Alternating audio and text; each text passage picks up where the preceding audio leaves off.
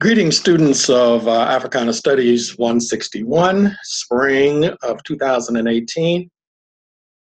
We're going to have another online class. I'm still in trial, and hopefully you are all watching this. There were 200 and something views of the last video, at least the first one.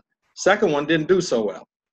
I guess because you could read the PowerPoints and you got the point. But remember, you're responsible for all of the materials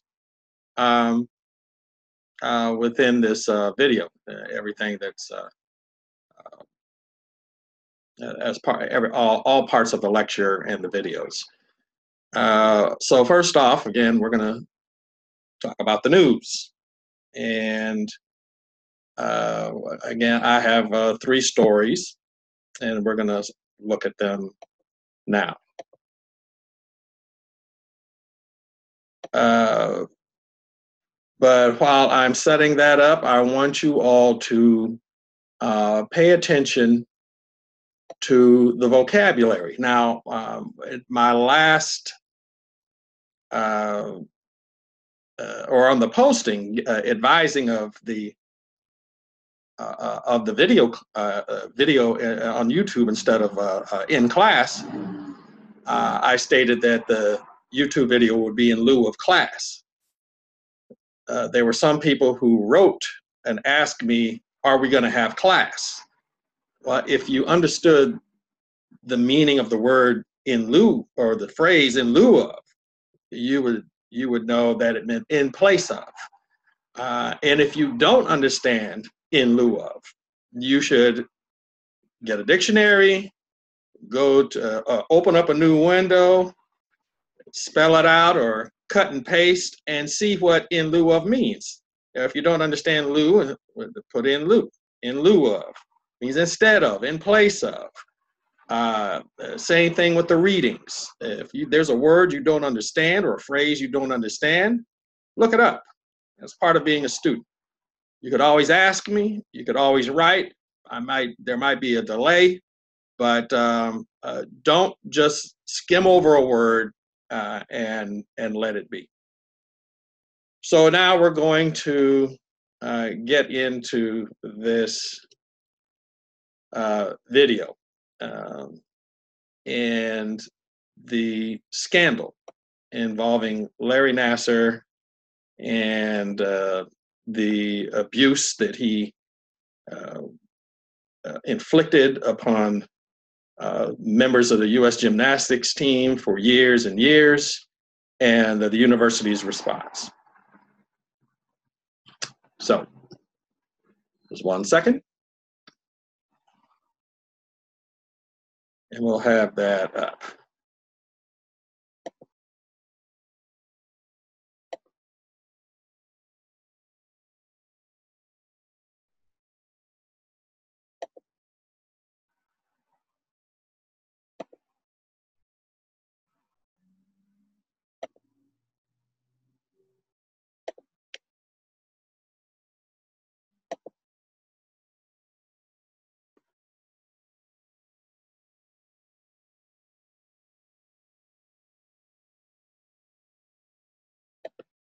Okay, 1 second. It seems as if the audio is not working.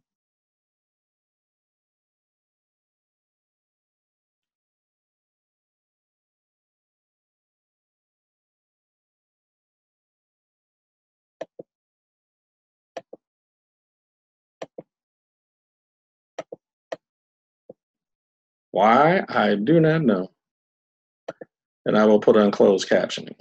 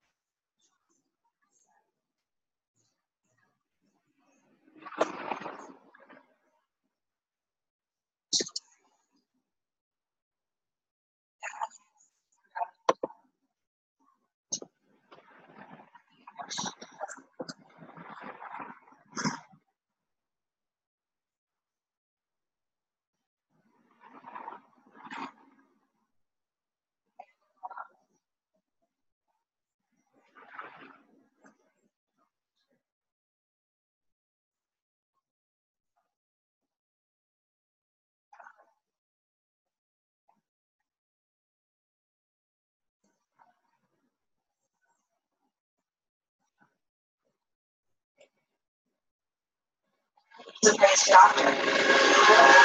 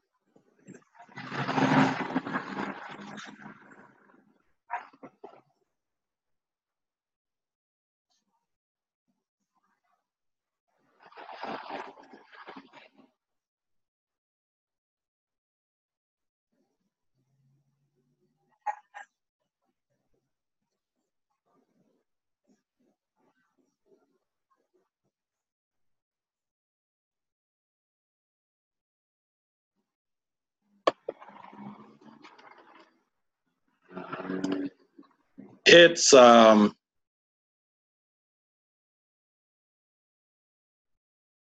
interesting to note that this was done at a time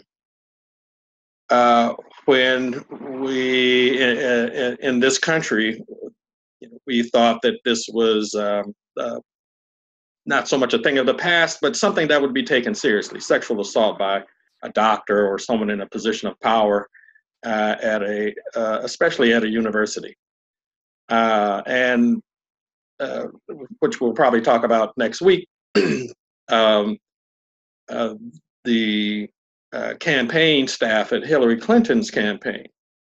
There was a staffer who was also apparently harassed at work, and the person was kept on supposedly at the behest of Hillary Clinton after she made the complaint and reassigned, which is something that usually is not done. So we're going to go to another video, and this is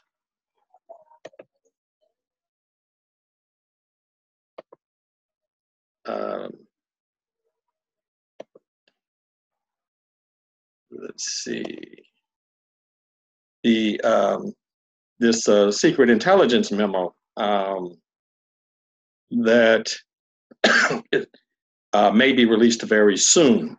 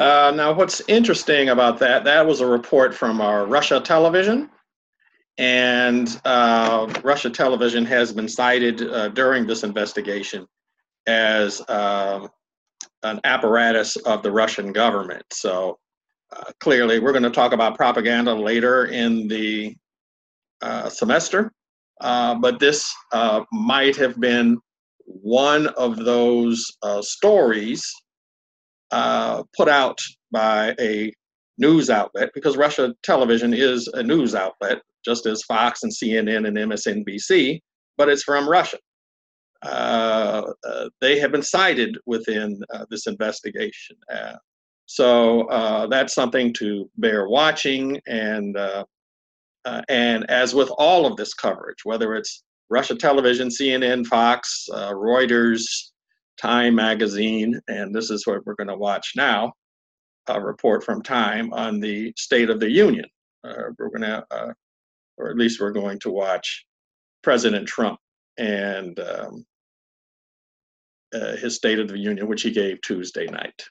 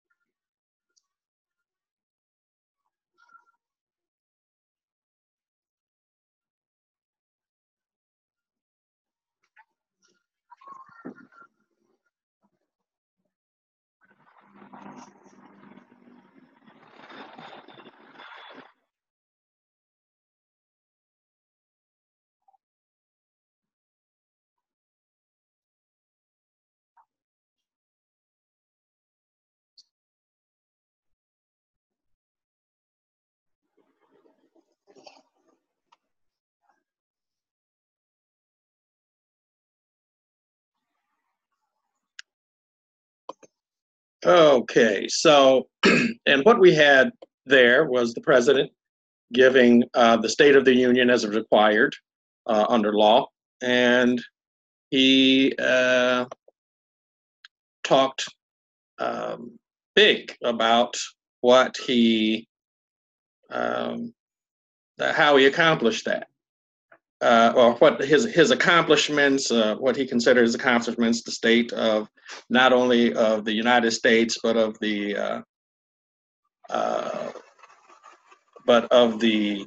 world. Uh, uh, there have been some news reports that laud him, and there have been other reports that point out some inaccuracies. One of the things he claimed after the State of the Union was the most watched State of the Union ever. And that turned out to be, according to these other news reports, not so true. So what we're going to do now is go on with chapter 1, where we left off. This might be, again, sort of a short class, but I just want to make sure that we go over chapter 1. I'm also going to post this video for my online sections, but be sure. Now, I don't, not a lot of people did this. When you watch the video, put your name in the comments so I can tell if you've watched the video. This is going to be your attendance. And if I don't know if you watched the video, how can I mark you present? Okay, so we did talk about the 5 characteristics of classical republicanism, but we will go over them again. Republicanism believes in a virtuous citizenry. Republicanism is concerned with property.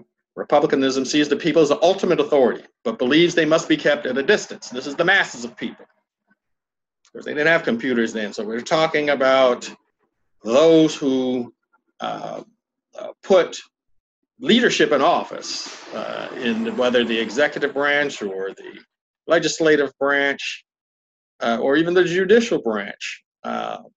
They can't be too close to power. The power is a representative in the republic, and there's a distribution of power across branches of government, checks and balances, and this is what we're seeing played out now with this memo they're trying to release. And even within the executive, there's a tension: the president versus the FBI and the Justice Department. President wants the memo released. The FBI and the Justice Department do not, even though they were appointed by him, because they are, although it appears that President Trump wants these people to be loyal to him, these officials, they are sworn to be loyal to the United States, the laws and the Constitution of the United States. And republicanism believes that the rights of individuals must be protected. Now, in terms of American government, in egalitarianism, a tradition of exclusion, this is one of the reasons this class exists, because there is a tradition of exclusion. democracy, everyone's created equal, one man, one vote, all those things, they sound very good. But because there is a tradition of exclusion based on many factors, race, gender, or sex,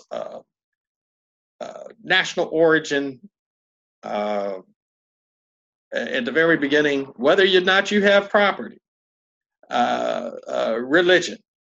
So what we have in this country, and up until 1965, so that's like up to 50 years ago. Countries are 250 years old. So the vast majority of this, for the history of this country, there has been legal exclusion of one sort or another.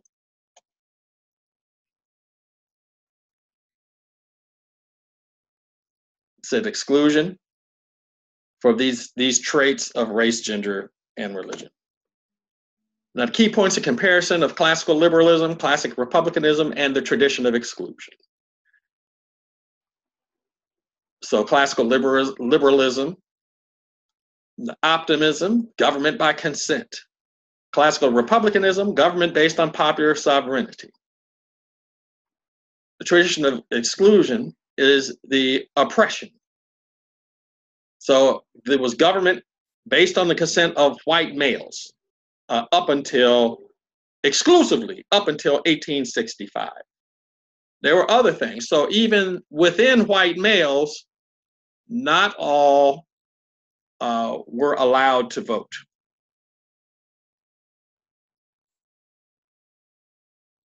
So this issue of whether all people are created equal, all men are created equal, it did not matter in terms of running the government.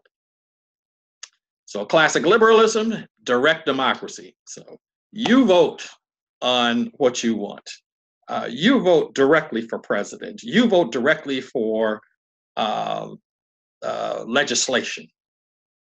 And so under classical republicanism, you have representatives. You elect representatives and they make the decisions for you. And under the tradition of exclusion and oppression, people define narrowly in terms of race, white, gender, male, and religion, Protestant. If you weren't a white male Protestant over the age of 21 who owned property, then you could not vote. You were excluded. And whatever laws white male Protestants over the age of 21 who owned property, then you were just out of luck. Limited government under liberalism, which is kind of the opposite. When we think of Democrats and Republicans, it's the Republicans who talk about a limited government, but we're not talking about political parties. We're not talking about liberal and conservative in the common sense today. But you have limited government under classical liberalism. Under classical republicanism, there's a separation of powers and checks and balances. Again, if the legislative branch, the House and the Senate pass a bill, then the president has the option of vetoing that bill. And then the excuse me, the legislators have an opportunity to override that veto. And if it is unconstitutional, then the courts under the judicial branch can also stop the enforcement of a law. Under the tradition of exclusion, there's a limited government, but force of government used to exclude non-whites and white women. So you have, if you have a complaint and there's a separation of powers, it is not going to be to your benefit. It will be to the benefit, again, of the minority of people, white male Protestants who own property, at least at that time. And then up to like I said, 1965, when the United States finally said, you know what, we're going to open it up to everyone under the Voting Rights Act. Under classic liberalism, majority rule but minority protection. Classical republicanism, barriers to majority rule because they didn't trust the unwashed masses of people. And under the tradition of exclusion, minority rights non-existent. Non-existent. All the laws were made to benefit these white male Protestants. It was except those where it usually there's some kind of confluence of benefit to the minorities, Black, Asian, women, Indigenous Americans, Native Americans, and others. So there's this tradition of exclusion that has run throughout this history of America. This again, so you can understand. Under classical liberalism, you have a market economy. Under classical republicanism, you have a market economy. This is capitalism. It's like you put something on the market, someone pays you, you get a profit, and this is how you prosper. There's no so much government support, and capitalism is a driving force of economic growth. This is something even the Marxists believe that there is, or supposed to believe. Marx says you have different progression in society, and you go from feudalism to capitalism to industrialization, and then you go to socialism and communism. But this free market economy, this capitalism, is part of the process. The problem being the laws and the property rights existed again within white males and Protestants. And so they were allowed to prosper for quite a while without any competition. Women were considered the property of their husbands. Black people were considered the property of their slave masters, except for those who were free or in free states. And at one time, slavery was in all of the states. This is not New York wasn't always free of slavery. Neither were the other countries where we traditionally think, if you run away from the South, slavery in the South, you go to the North. That wasn't true. And those, when they did eliminate slavery, they had the Fugitive Slave Act, which we'll talk about later. Individual and equal rights are paramount under under classical liberalism. And property ownership, natural rights are central to classical republicanism. This tradition of oppression denied to most, but not all, non-white, some women, majority of Blacks were considered property, as we said. So this property rights was very important, and that included people as property. Under classical republicanism and liberalism, the rule of law is paramount. But the law was used to oppress people. Again, up until past the mid-20th century, the laws of this country were used to oppress people. So especially Black people could not live where they wanted, travel how they wanted, eat where they wanted. Asians were prevented from entering the country or immigrating into the country. Native Americans were denied the right to vote. Women were denied the right to vote. So this rule of law, again, it sounds good, but understanding what these rules were and who they benefited is very important to understanding the relationship of the law and why some of these problems still linger, because there is a tradition of this. And religious freedom under classical liberalism and republicanism, they talk of religious freedom, but primarily in terms of within Christianity. Other religions were seen as inferior or dangerous.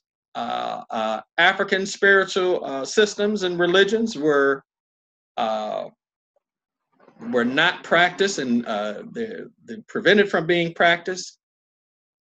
And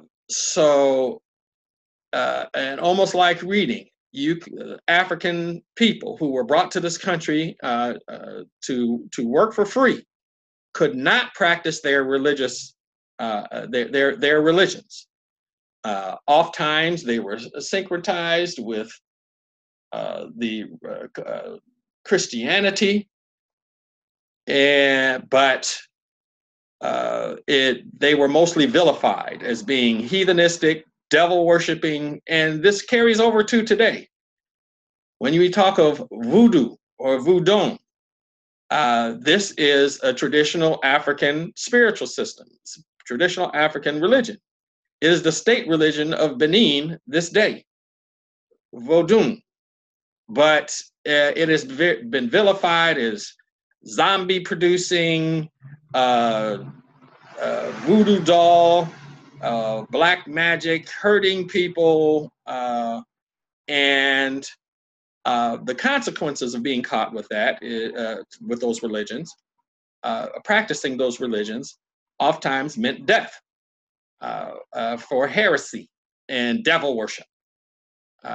When Manuel Noriega, the president of Panama, who had been cooperating with the CIA, he was an anti-communist, but apparently that he was helping the State Department and the CIA on one hand, and on the other hand, he was engaged in drug dealing and drug trafficking.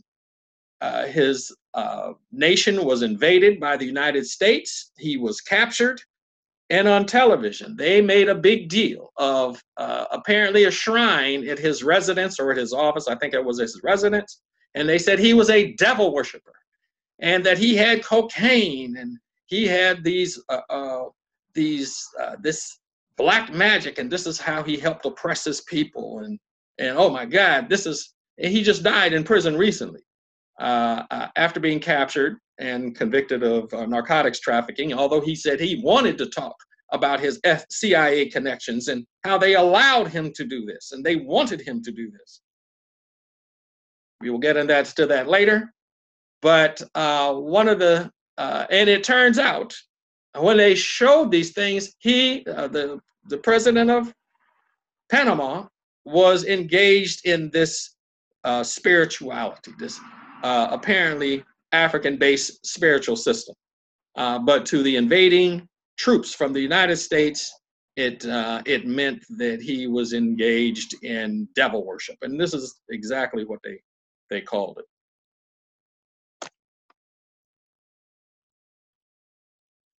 So there are assumptions underlying the tradition of exclusion.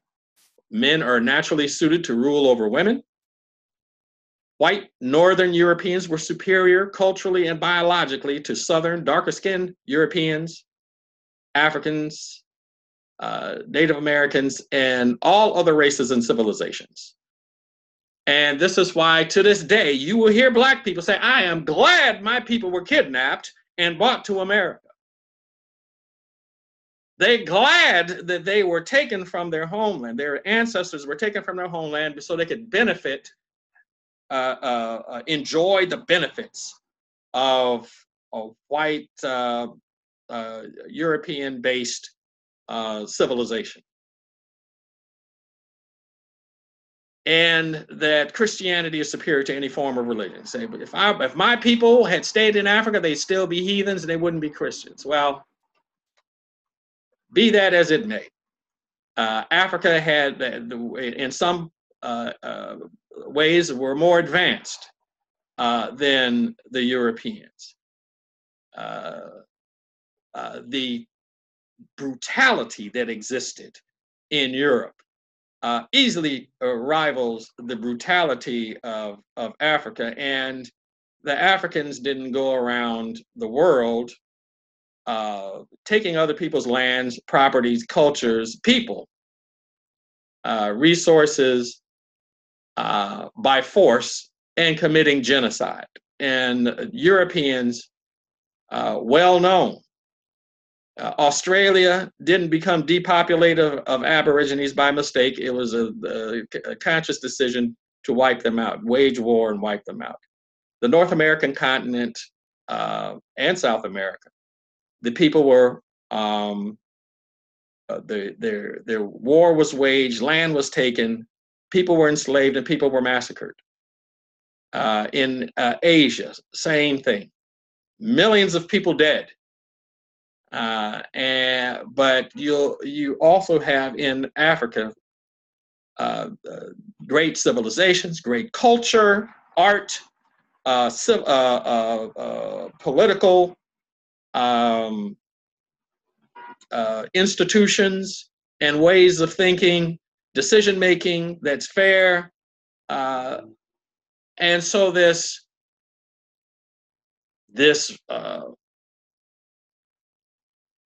notion that it's a good thing that Africans were kidnapped is extremely suspect and not justified by the evidence. In addition, the oldest Christian churches are in Africa, in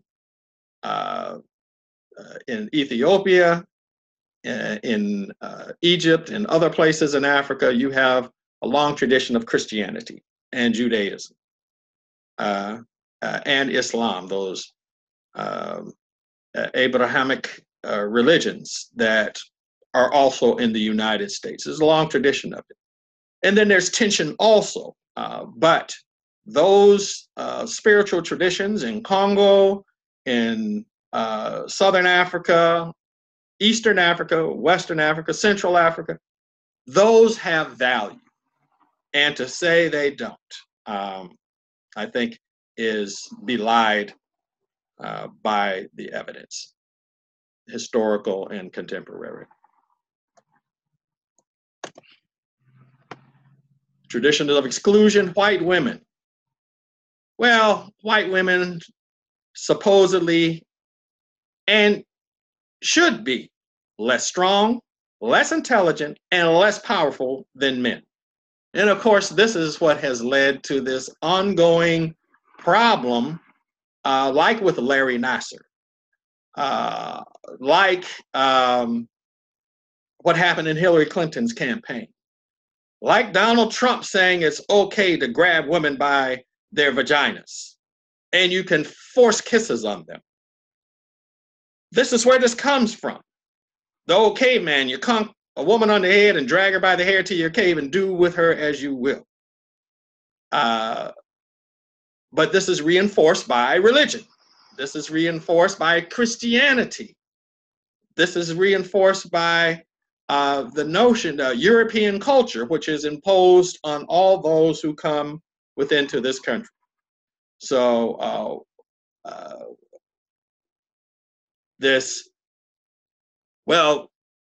women are better off here than they are in Asia, the Middle East, and in Africa.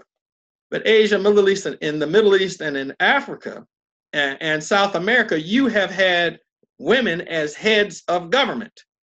And after 250 years, the United States has not managed one woman. So, not to say that the United States is completely and totally anti-woman, but there is a strong strain of what's called patriarchy.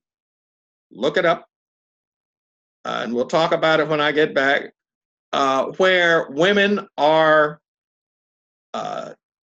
deemed subordinate and felt they should be subordinate.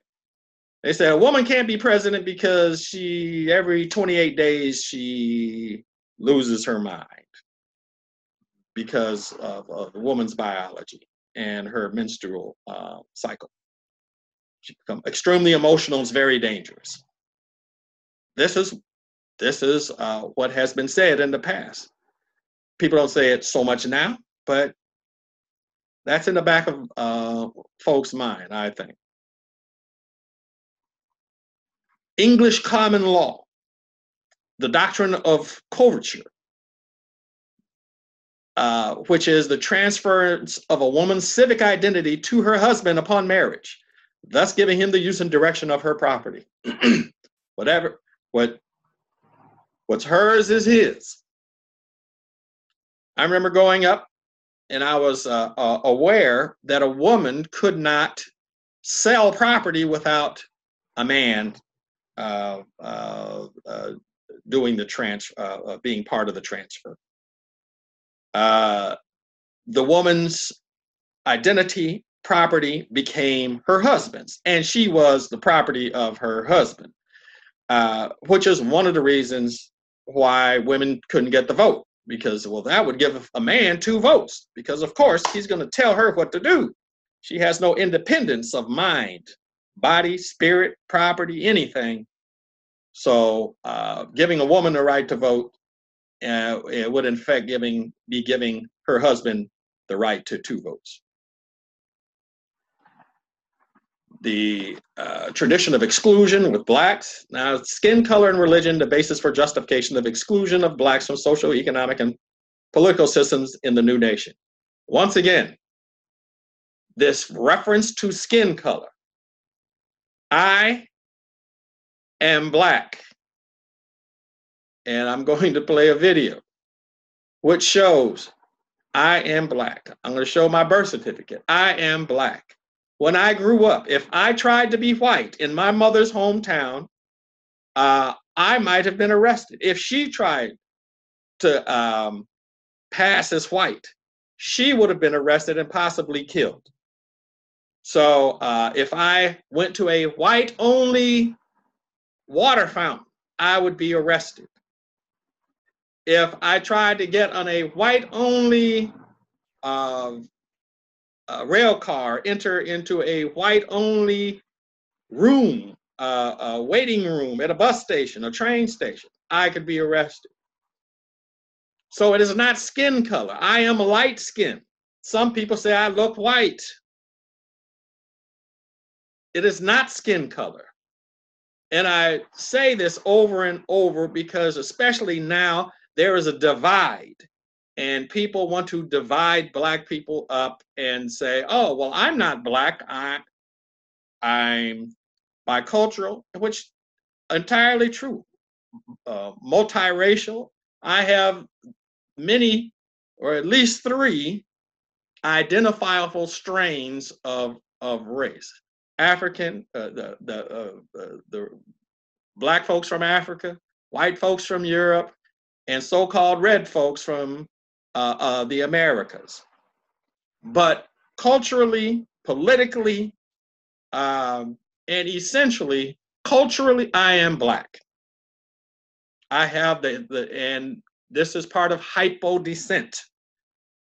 Partly hypodescent. Whites say, you know what, we're not going to have our race sullied, our white race sullied by the introduction of African genes. So even though they are the ones who did this, especially during slavery through rape and other means, that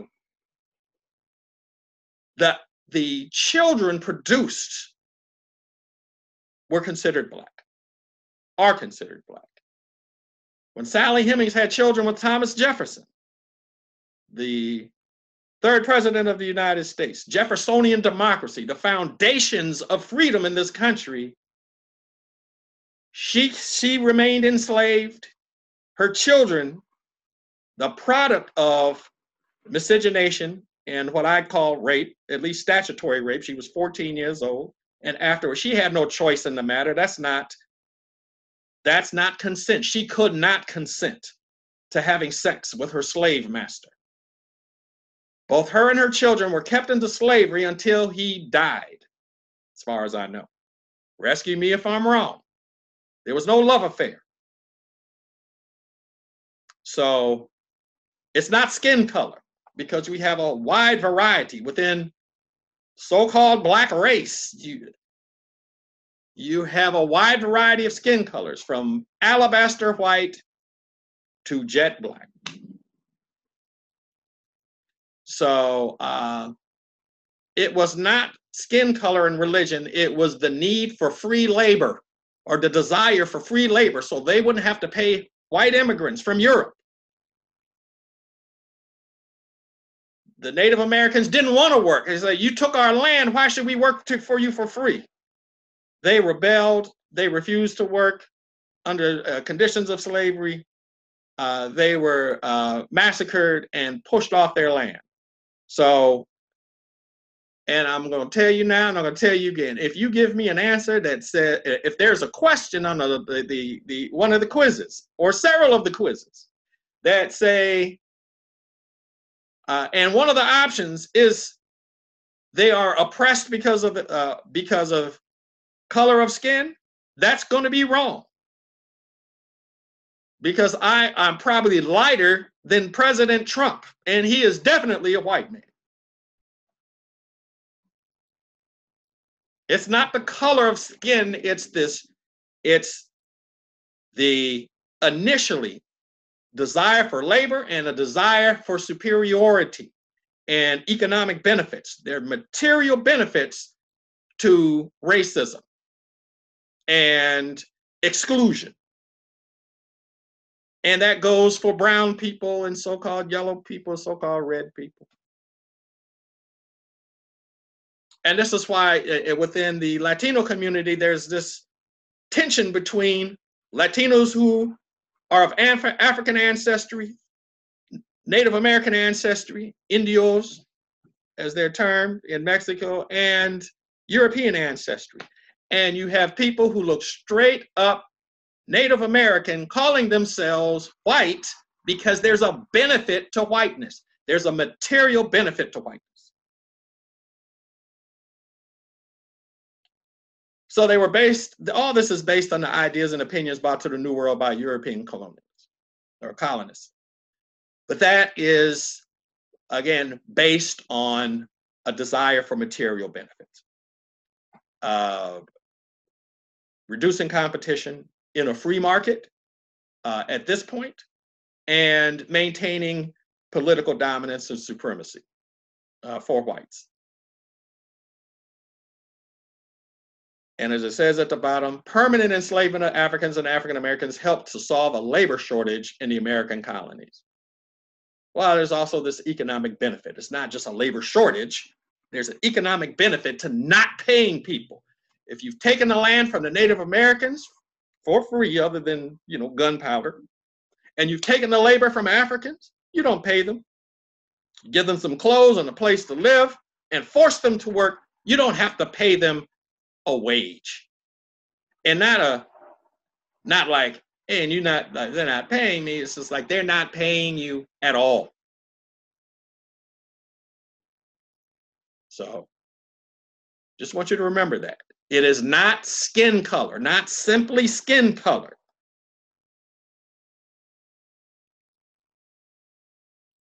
And this is something that we are trained to say, only because of the color of their skin. That puts the onus on the person whose skin color it is. No, it's the racism and the ideas of white supremacy exercised by those in control of the country.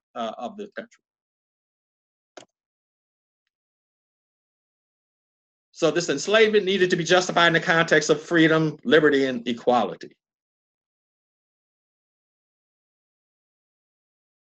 Liberty, freedom, and equality. Well, if they're not human, you don't have to worry about it. If they are culturally, if these Africans are culturally and inferior, then you don't have to worry about it. Now, this is true.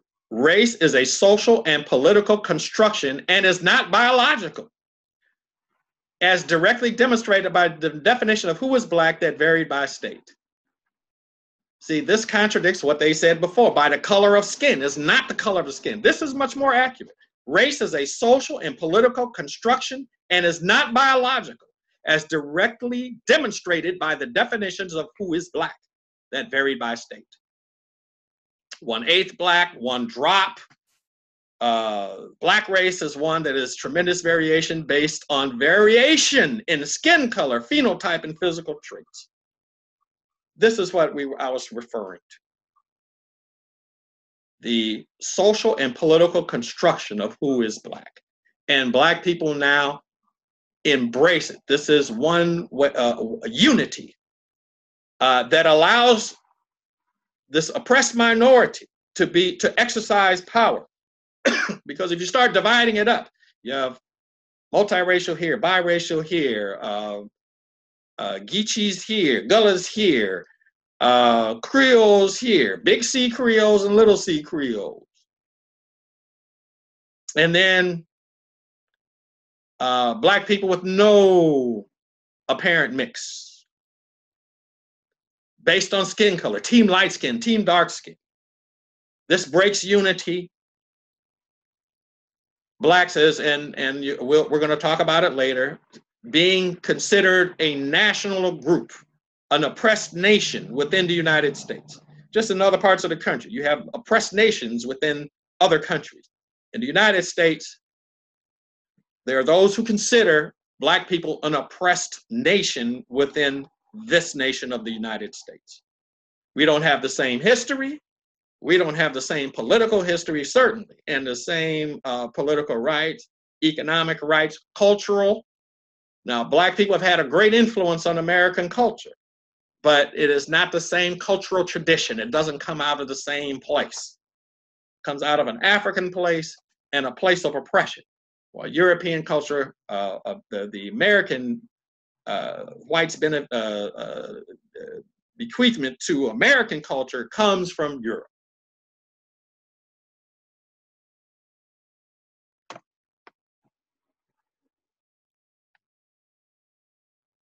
So the tradition of exclusion American Indians, skin color and religion.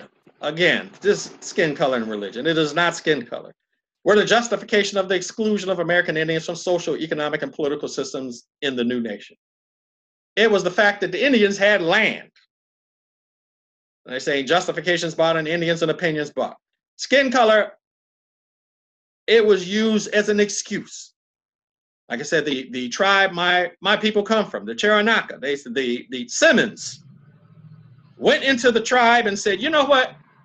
We need to whiten these people up, these savages, and we're going to do that by having children with these Indian women,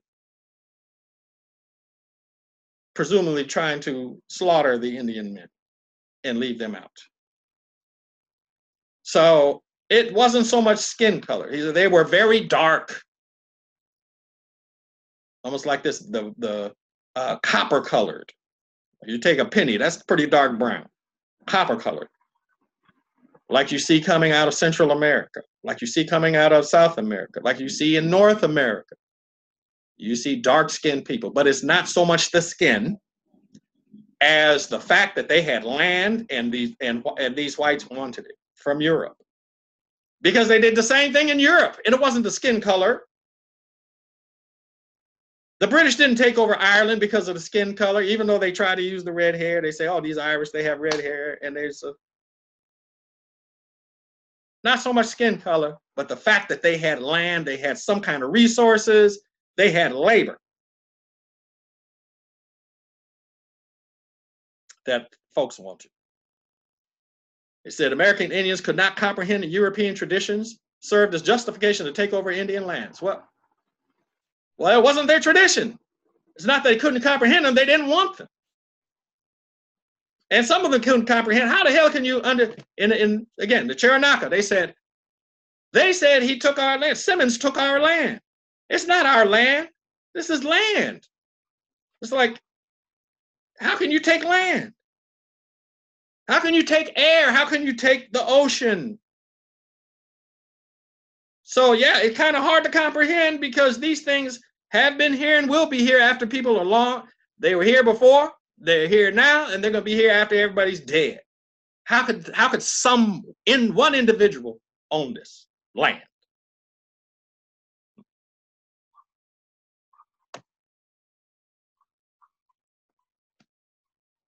So the exclusion and the founding of this country, they didn't intend for the rights and guarantees of the Constitution to extend to all individuals. It said the natural law and natural rights of all men were created equal, did not apply to white women, African Americans, American Indians, because they were not men, first of all. They were not men. They were property. At best. And sometimes, again, if you were enslaved, you might have a better chance of living because people didn't want to get rid of their property. They could sell their property. They'd much rather sell it than kill it. Now, if you're a free African, then you might be killed. You don't belong to anybody. Who cares?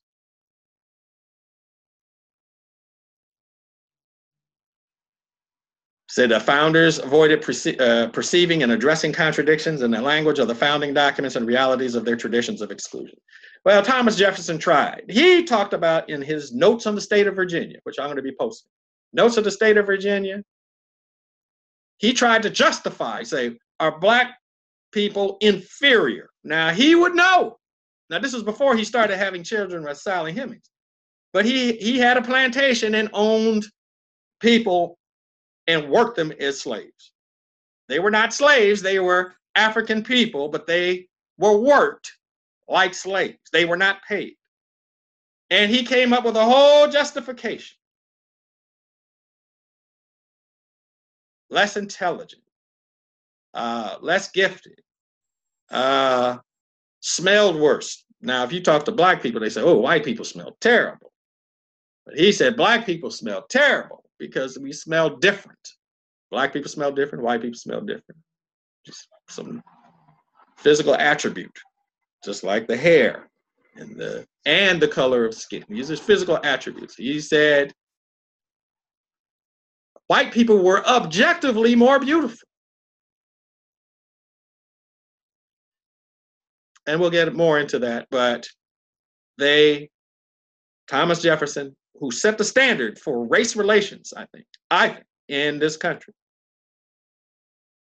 Black people were not really, but he didn't like slavery, even though he held slaves till he died because he was fearful. He said, either we're going to kill them or they're going to kill us. Again, that will be later. So they didn't articulate this in these Declaration of Independence or the Constitution or the other documents that were produced at the time because they felt they didn't have to, and they didn't want to address a face up, apparently, to the contradictions and write out falsehoods. So I say, we the people. So who's we the people? White women, 39%, almost 40%, not included. White males under 16, not included. Black slaves, I prefer enslaved Blacks, enslaved Africans, almost 18%. Free Blacks, 1.5%. White males 16 and older, 20.7%. And then the 6%. The 6%, the ones who own property. So is that a government of the people, by the people, for the people? Well, it depends on who the people is. Depends on who the people is. If you're not white, male, Protestant, over the age of 21 and a property owner, you are not the people. Or at least you don't count part of the people. White males who did not own property were not allowed to vote. So this oppression didn't only go to people of color and women. White males who did not own property were not allowed to vote. And despite their status as citizens, white women were excluded from the political sphere.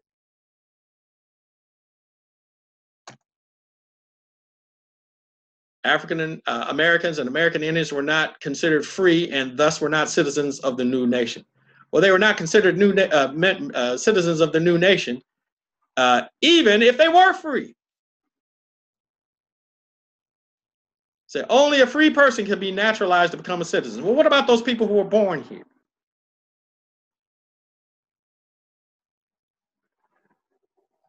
The Naturalization Act of 1790. But what about those people who were born here? They were still not citizens. And again, later on in the semester, we're going to talk about Dred Scott, the Dred Scott decision of the United States Supreme Court. So blacks were viewed as property, and their status as property trumped their right to liberty. American Indians were deemed foreign aliens who were not to be included as citizens, even though this was their land. And they said, and despite the perception that American Indians could not comprehend European ideas, American Indians practiced democratic norms long before contact with Europeans. And the founders drew on various Iroquois Confederation practices to develop colonial and American institutions. So they could not comprehend, or they rejected European tradition, just as the American colonists rejected European traditions. And they embraced the practices of the people who they oppressed and stole land from and excluded up until the 20th century as citizens of the United States.